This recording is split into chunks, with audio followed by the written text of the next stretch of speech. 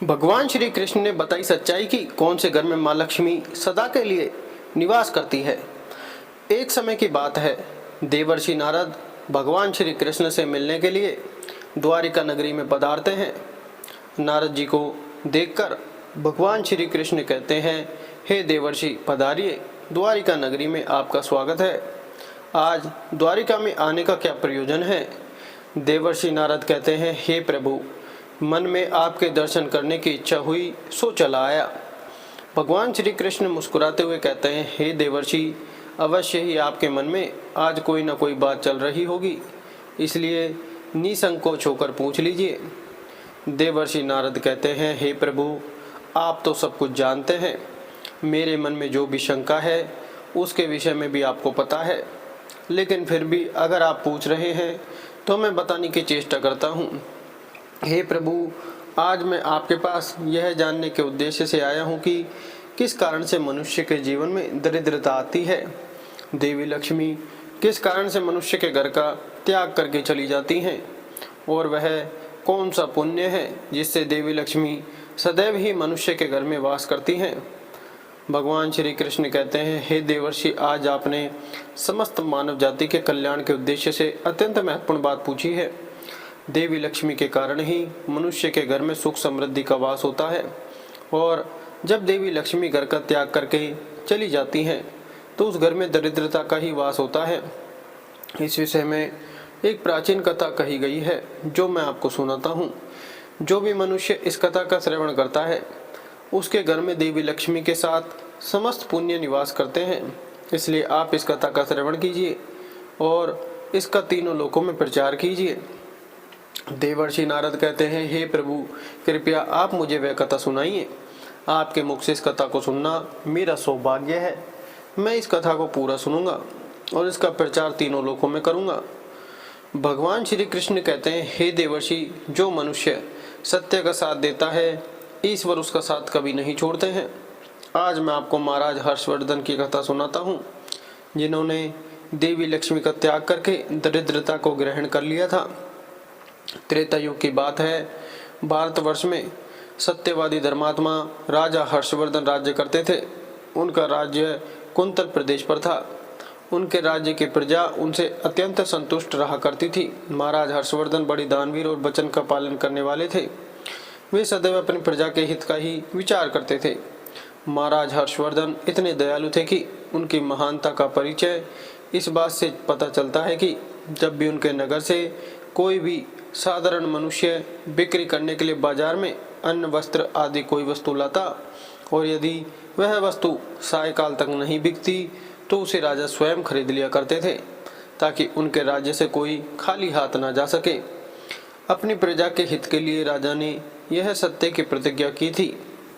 सायकाल होते ही राजा के सेवक शहर में भ्रमण करते, और जब वे किसी को कोई वस्तु या द्रव्य लेकर बैठा हुआ देखते जिसे किसी ने खरीदा ना हो, तो महाराज के सेवक उस व्यक्ति से उन वस्तुओं की कीमत पूछते और उसकी इच्छा और ज़रूरत के अनुसार उसकी जो भी कीमत होती वह कीमत देकर उसकी वस्तु को खरीद लेते थे।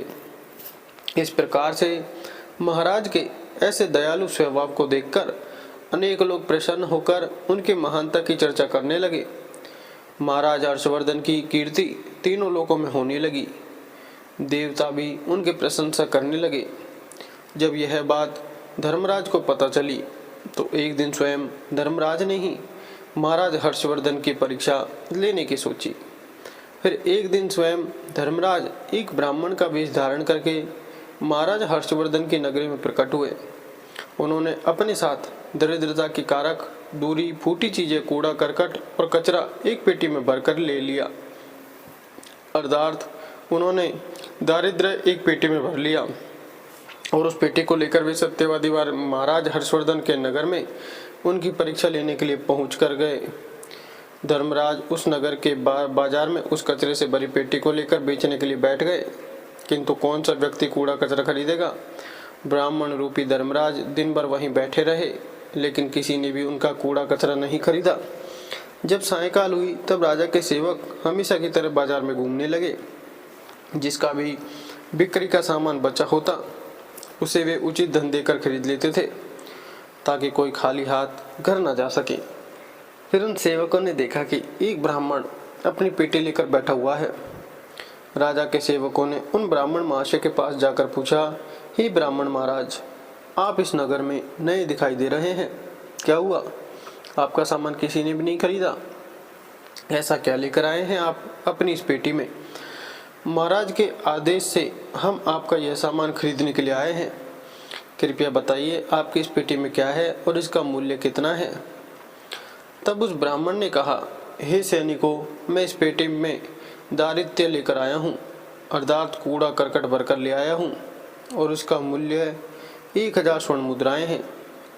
उस ब्राह्मण के मुंह से ऐसे विचित्र वचन सुनकर वे सभी हंसने लगे और फिर उन्होंने उस ब्राह्मण से कहा, हे ब्राह्मण, आपके पेटी में कूड़ा भरा हुआ है, इसे कौन लेगा? इसका मूल्य तो 1 पैसा भी नहीं है। फिर उस ब्राह्मण ने कहा कि सैनिकों, यदि इसे कोई नहीं लेगा तो मैं इसे वापस अपने घर लेकर जाऊंगा। मैंने तो सुना है कि आपके महाराज यहाँ से किसी भी व्यापारी को खाली हाथ वापस नहीं जाने देते, उसका सारा द्रव्य खरीद लेते हैं। लगता है मैंने आपके महाराज के बारे में झूठ सुना है। उस ब्राह्मण की ऐसी बात सुनकर राजा के सेवकों ने कहा, हे ब्राह्मण, आपने सही सुना है, हमारे महाराज किसी भी व्यापारी को खाली हाथ घर नहीं भेजते, उसका सारा माल खरीद लेते हैं। इसलिए तुम थोड़ी देर रुको, हम अभी महाराज के पास जाकर आते हैं। फिर उनमें से एक सेवक महाराज हर्षवर्धन के पास जाता है और उनसे कहता है, हे महाराज, आज हमारे नगर के बाजार में एक ब्राह्मण आया है। वह बड़ा ही विचित्र है। वह अपनी पेटी में कूड़ा कचरा भरकर लाया है और उसका मूल्य वह 1000 स्वर्ण मुद्राएं बता रहा है। तब महाराज ने कहा, हे सैनिकों, तुम जाकर उसके सामान का मूल्य जो कम से कम हो सके उतना उसे देकर उसका सामान खरीद कर लाओ। उसे उसकी वस्तुएं लेकर वापस मत जाने दो, अन्यथा मेरा वचन झूठा हो जाएगा। फिर राजा के सेवक उस ब्राह्मण के पास जाते हैं और कहते हैं, हे ब्राह्मण, हम तुम्हारे इस पेटी का मूल्य 200 स्वर्ण मुद्राएं देते हैं। तुम इतनी मुद्राएं लो और प्रसन्नता से अपने घर चले जाओ। किंतु उस ब्राह्मण ने कहा, हे सैनिकों, मैं 1000 स्वर्ण मुद्राओं से 1 पैसा कम नहीं लूँगा। यदि तुम मेरा सामान खरीदना चाहते हो तो खरीदो, नहीं तो मैं अपना सामान लेकर वापस चला जाता हूँ। तब उन राजा के सेवकों ने कहा, हे ब्राह्मण, ठीक है, अब हम तुम्हें इस पेटी के बदले 500 मुद्राएं देते हैं। इतना मूल्य तुम्हारे लिए सही रहेगा। लेकिन फिर भी वह ब्राह्मण नहीं माना और 1000 स्वर्ण मुद्राओं पर ही अड़ा रहा और कहने लगा, मेरा सामान लेना है तो लो, नहीं तो मैं चला। तब फिर से वह सैनिक लौटकर राजा के पास जाता है और उनसे कहता है, महाराज, उस ब्राह्मण को हमने 500 स्वर्ण मुद्राएं देने की कोशिश की, किंतु वह फिर भी नहीं मान रहा है। उसकी पेटी में कचरा और दारिद्र्य भरा पड़ा है, लेकिन फिर भी वह 1000 मुद्राएं ही मांग रहा है। हे महाराज, आपको उसका कचरा 1000 मुद्राओं में नहीं खरीदना चाहिए। महाराज हर्षवर्धन कहते हैं, सैनिकों, यह मेरे सत्य की प्रतिज्ञा है।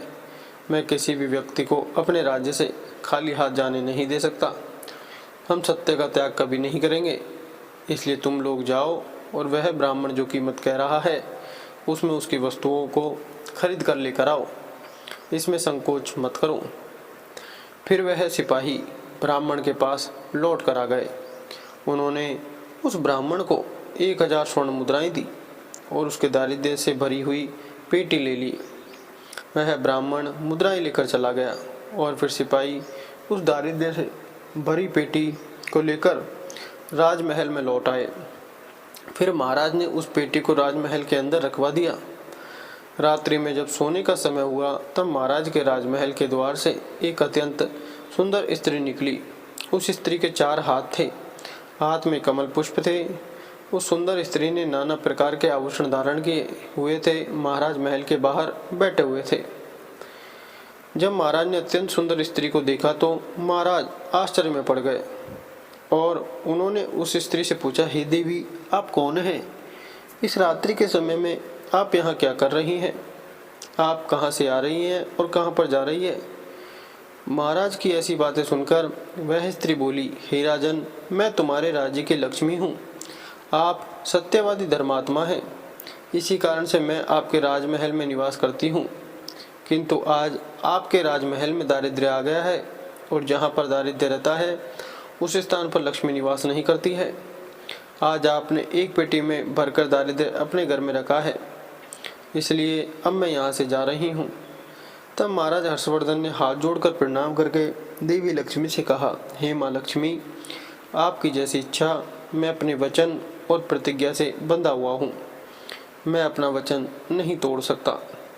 इस कारण से मैं उस दारिद्र्य से भरी पेटी को लेने से मना नहीं कर सकता था। कृपया आप मुझे क्षमा कीजिए। तब देवी लक्ष्मी महाराज के राजमहल का त्याग करके चली जाती हैं। थोड़ी देर बाद राजा ने एक बहुत ही सुंदर युवा पुरुष को राजमहल के दरवाजे से निकलते देखा। तो महाराज ने उससे पूछा, हे देव, आप कौन हैं? यहाँ पर कैसे आए और आप कहाँ जा रहे हैं? उस सुंदर पुरुष ने कहा, हे राजन, मेरा नाम दान है। आप सत्यवादी धर्मात्मा हैं, सदैव धर्म का पालन करते हैं।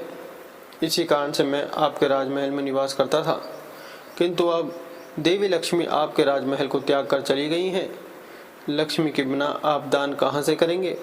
इसलिए मैं भी अब आपको छोड़कर जा रहा हूँ। तब महाराज हर्षवर्धन बोले, हे देव, ठीक है, जैसी आपकी इच्छा, आप भी जा सकते हैं, किंतु मैं अपने वचन को तोड़ नहीं सकता। फिर वह दान भी महाराज को छोड़कर चला जाता है।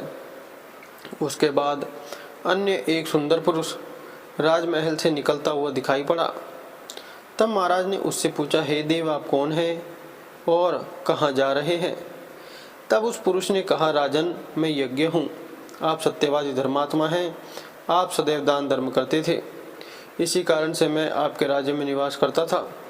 किंतु अब देवी लक्ष्मी और दान आपका घर छोड़कर चले गए हैं, इसलिए मैं भी जा रहा हूँ।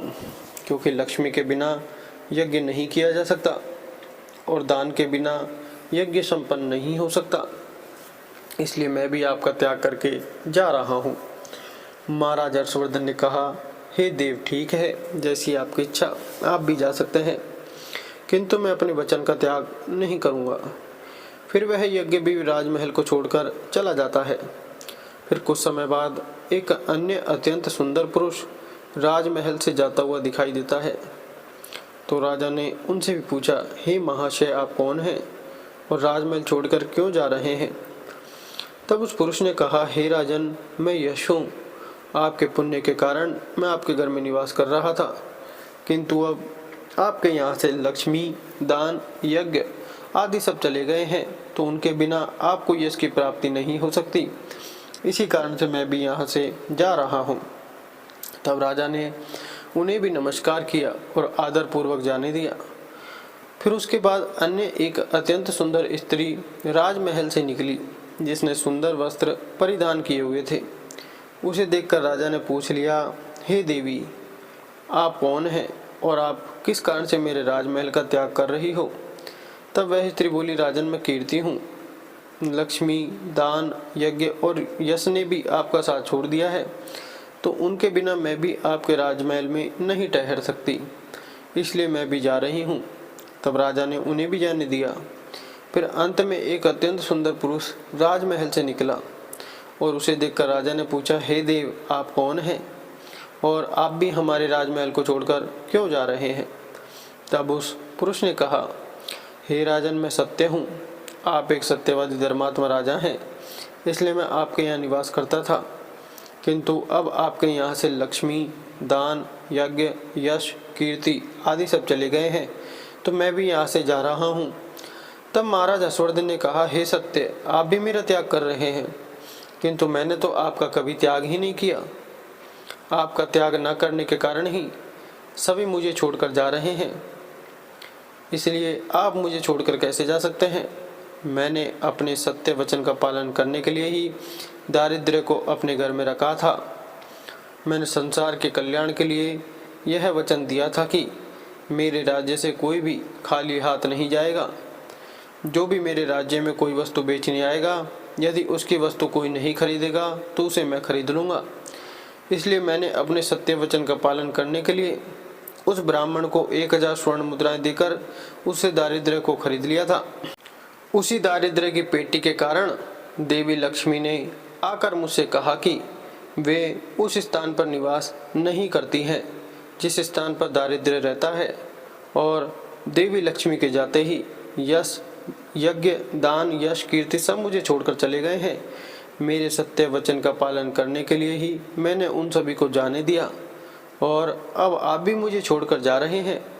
महाराज हर्षवर्धन की बात सुनकर वह सत्य बोला, हे राजन, यदि आपने मेरे लिए ही इन सब का त्याग किया है तो ठीक है, मैं आपका राजमहल छोड़कर नहीं जाऊंगा। आप सचमुच बड़े पुण्यात्मा और सत्यवादी हैं, इसलिए अब से मैं आपके राजमहल में ही निवास करूंगा। और वह सत्य फिर से राजमहल में लौट गया। उसके थोड़ी ही देर बाद एक सुंदर स्त्री लौटकर आ गई। उसे देखकर राजा ने पूछा, हे देवी, आप कीर्ति हैं, अब भी मुझे आप छोड़कर चली गई थी, तो फिर वापस क्यों लौट कर आ गई आप? तब कीर्ति ने कहा, हे राजन, मुझे क्षमा करो, मैं लक्ष्मी, यज्ञ, दान, यश के बिना तो रह सकती हूँ, किंतु सत्य के बिना नहीं, इसलिए जहाँ सत्य रहेगा मैं भी वहीं पर रहूँगी। फिर राजा ने कीर्ति का स्वागत किया और वह राजमहल में चली गई। फिर यश वहाँ पर लौट कर आ गया। राजा ने उनसे पूछा, हे महाशय, आप तो यश हैं और आप मुझे छोड़कर चले गए थे, फिर लौट कर क्यों आ गए? तब उस पुरुष ने कहा, हे राजन, कोई राजा कितना ही बड़ा धनवान हो, दानवीर हो, किंतु सत्य के बिना उसे यश प्राप्त नहीं हो सकता। इसलिए जहाँ पर सत्य विराजमान रहता है मैं भी वहीं पर रहता हूँ, सत्य के बिना मैं नहीं रह सकता। ऐसा कहकर फिर यश ने राजमहल में प्रवेश किया। उसके कुछ क्षण बाद यज्ञ भी लौट कर आ गया। राजा ने उनसे भी पूछा, हे महाशय, आप क्यों लौट कर आ गए? तब यज्ञ ने कहा, हे राजन, चाहे कोई कितना भी लक्ष्मीपति और दानशील क्यों ना हो, किंतु बिना सत्य के यज्ञ शोभा नहीं देता है। आप में सत्य विराजमान है, इसलिए मैं भी आपके पास ही रहूँगा। इतना कहकर यज्ञ भी राजमहल में वापस लौट आए। उसके कुछ क्षण बाद दान भी वापस आ गया। राजा ने उनसे भी पूछा, हे महाशय, आप भी मुझे छोड़कर गए थे, फिर लौटकर किस कारण से आ गए? तब उस पुरुष ने कहा, हे राजन, मैं दान हूँ। कुछ समय पहले मैं आपको छोड़कर गया था, किंतु आप में सत्य विराजमान है, और जहाँ सत्य रहता है मैं भी वहीं रहता हूँ। कोई भी मनुष्य कितना ही धनवान क्यों ना हो, किंतु बिना सत्य के वह दान नहीं कर सकता। दान का महत्व तो सत्य से ही होता है, इसलिए मैं भी लौट कर आ गया। राजा ने कहा, ठीक है, आपका भी स्वागत है। और फिर दान भी राजमहल में चला गया। और फिर उसके बाद साक्षात देवी लक्ष्मी लौट कर आ गई। राजा ने पूछा, हे माँ लक्ष्मी, आप वापस क्यों आ गई? आप तो मुझे छोड़कर चली गई थी। तब देवी लक्ष्मी ने कहा, हे राजन, यह आपके सत्य की परीक्षा थी। आपके यहाँ पर यश, दान, यज्ञ और सत्य सभी निवास करते हैं, और लक्ष्मी के बिना सभी विफल हो जाएंगे। इसलिए मैं आपके सत्य के धर्म की रक्षा करने हेतु लौट कर आ गई हूँ। तब राजा ने कहा, हे माँ लक्ष्मी, मेरे यहाँ पर तो दारिद्र्य से भरी हुई पेटी है। जहाँ दारिद्र्य रहता है वहाँ पर आप कैसे निवास कर सकती हो? तब देवी लक्ष्मी ने कहा, हे राजन, मेरी कृपा से वह दारिद्र्य से भरी पेटी भी स्वर्ण और गहनों से भर जाएगी। इतना कहकर माँ लक्ष्मी भी राजमहल में प्रवेश करती हैं। माँ लक्ष्मी के प्रवेश करते ही वह पेटी में भरा पड़ा कूड़ा कचरा रत्न और सुवर्ण के आभूषण में बदल गया। इसके कुछ समय के पश्चात स्वयं धर्मराज ब्राह्मण के रूप में राजमहल में आ गए। तब राजा ने उनसे पूछा, हे विप्रवर, आप कौन हैं? आपने तो मेरा त्याग नहीं किया था, फिर आप यहाँ पर कैसे आ गए? तब उस ब्राह्मण ने कहा, हे राजन, मैं साक्षात धर्म हूँ। मैं ही ब्राह्मण का रूप धारण करके आया था, और मैंने ही 1000 स्वर्ण मुद्राओं के बदले तुम्हें दारिद्र्य दिया था, किंतु तुमने अपने सत्य के बल से मुझे जीत लिया है। इसलिए अब मैं तुम्हें वरदान देने के लिए आया हूँ। बताओ, मैं तुम्हें कौन सा वर प्रदान करूँ? इतना कहकर धर्मराज ने अपना मूल स्वरूप धारण किया। तब राजा हर्षवर्धन ने कहा, हे धर्मराज, आपके दर्शन करके मैं धन्य हो गया। कृपया आप अपनी कृपा सदैव मुझ पर बनाए रखें, मुझे और कुछ नहीं चाहिए। फिर धर्मराज ने राजा को आशीर्वाद दिया और उस स्थान से अंतर्ध्यान हो गए। भगवान श्री कृष्ण कहते हैं, हे देवर्षि नारद, इस प्रकार से अपने सत्य धर्म के कारण ही महाराज ने सभी पर विजय प्राप्त की थी। इसलिए मनुष्य को कभी भी सत्य का अनादर नहीं करना चाहिए, हमेशा सत्य का पालन करना चाहिए। जो सत्य की राह पर चलता है उसके पास लक्ष्मी, दान, यज्ञ, यश, कीर्ति सदैव निवास करते हैं। तो प्रिय श्रोताओं, इस प्रकार से भगवान श्री कृष्ण ने नारद जी को अत्यंत महत्वपूर्ण ज्ञान दिया है। वीडियो अच्छी लगी तो वीडियो को लाइक करें, चैनल को सब्सक्राइब जरूर करें। धन्यवाद।